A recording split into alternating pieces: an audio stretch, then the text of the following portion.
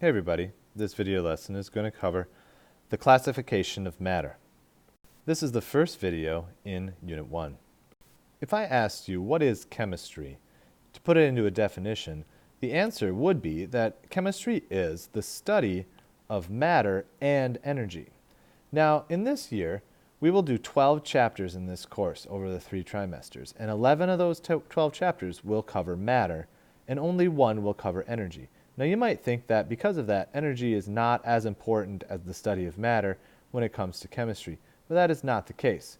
In fact, energy is very, very important and has equal weight when it comes to studying the concept of chemistry as a whole. In fact, chemistry has many, many, many different facets to it. You can study organic chemistry, the study of things that are living. You can study inorganic chemistry, which is mostly what we're going to be talking about in our class. You can also study the chemistry of heat and energy. This is an entire branch of chemistry known as thermochemistry. So anyway, chemistry is the study of matter and energy, and we will focus most of our time on the concept of matter. Now, what is matter? Matter is defined as anything that has mass and takes up space, or has volume. So if a sample of something that you're looking at has mass and volume, then it is matter and not energy. Because if you're not matter, then you have to be energy.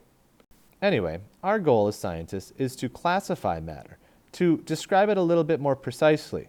And in order to do that, I'm going to introduce to you a couple of vocabulary words, and it's best if I introduce this subject using a flowchart. Now I'm going to start with matter at the top, and I'm going to draw in 2 things that come off of matter.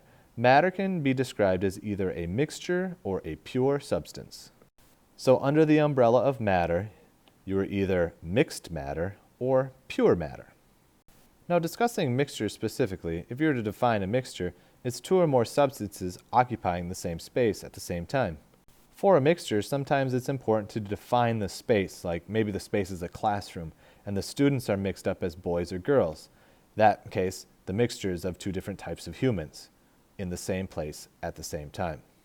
But usually in chemistry, we're identifying mixtures of matter, and so you're talking about things like salt mixed with water, so they're mixed up in the same cup at the same time.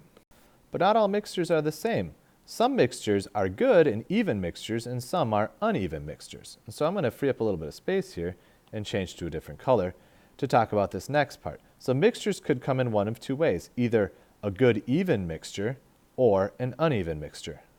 Now, an even mixture is called a homogeneous mixture, and an uneven mixture is called heterogeneous. You've worked with these prefixes homo and hetero before, probably in your biology courses.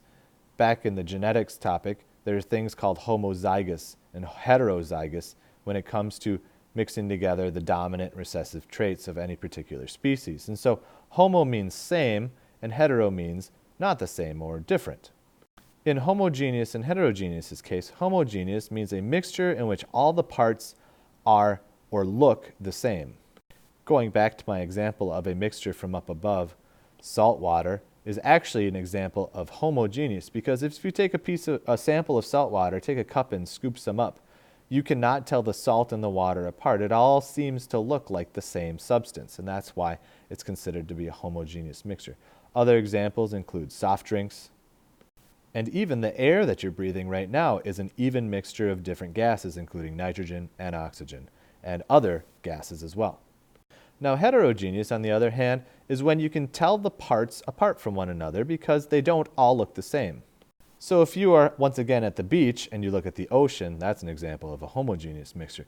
But if you look down at your feet, you notice the sand, and there's little bits of shells, maybe different sizes of sand particles, and even maybe different colors of sand. And this is a heterogeneous mixture because all the particles don't look exactly the same. They are distinguishable from one another.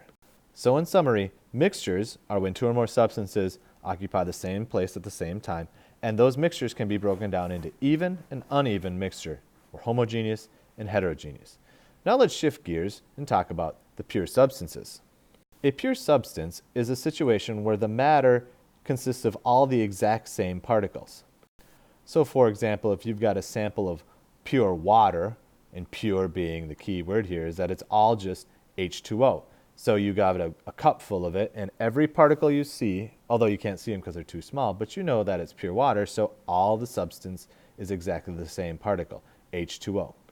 Now, these H2O particles are bonded together. It's got some H and some O together, but it's bonded, so that's what makes it a pure substance. And we'll talk about the difference between a bonded set of atoms and atoms by themselves, because pure substances, like mixtures, can be broken down into two types.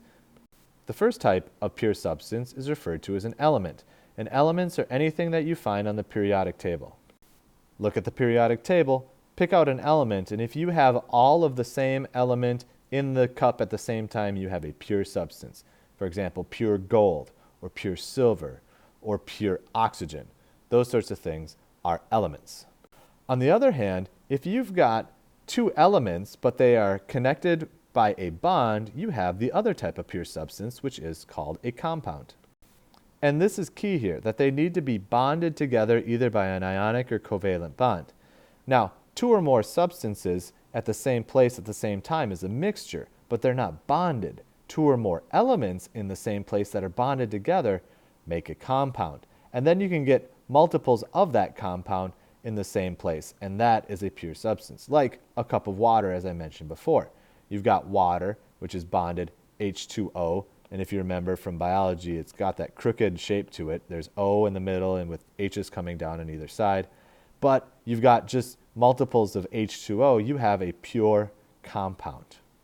Now, as I back out here and get all of this on one page at the same time, you can see that the flowchart over here now can be used to identify a matter as either a mixture or a pure substance, and if it's a mixture, you can further categorize it as homogeneous or heterogeneous. If it's a pure substance, you could further categorize it as an element or a compound. Now, these words, these vocabulary words, are important to know for upcoming quizzes and tests. Mixture, pure substance, homogeneous, heterogeneous, element, and compound. Pretty much anything that you come in contact in your everyday life can be described by these vocabulary terms. Well, that takes care of this video lesson. Thanks for listening.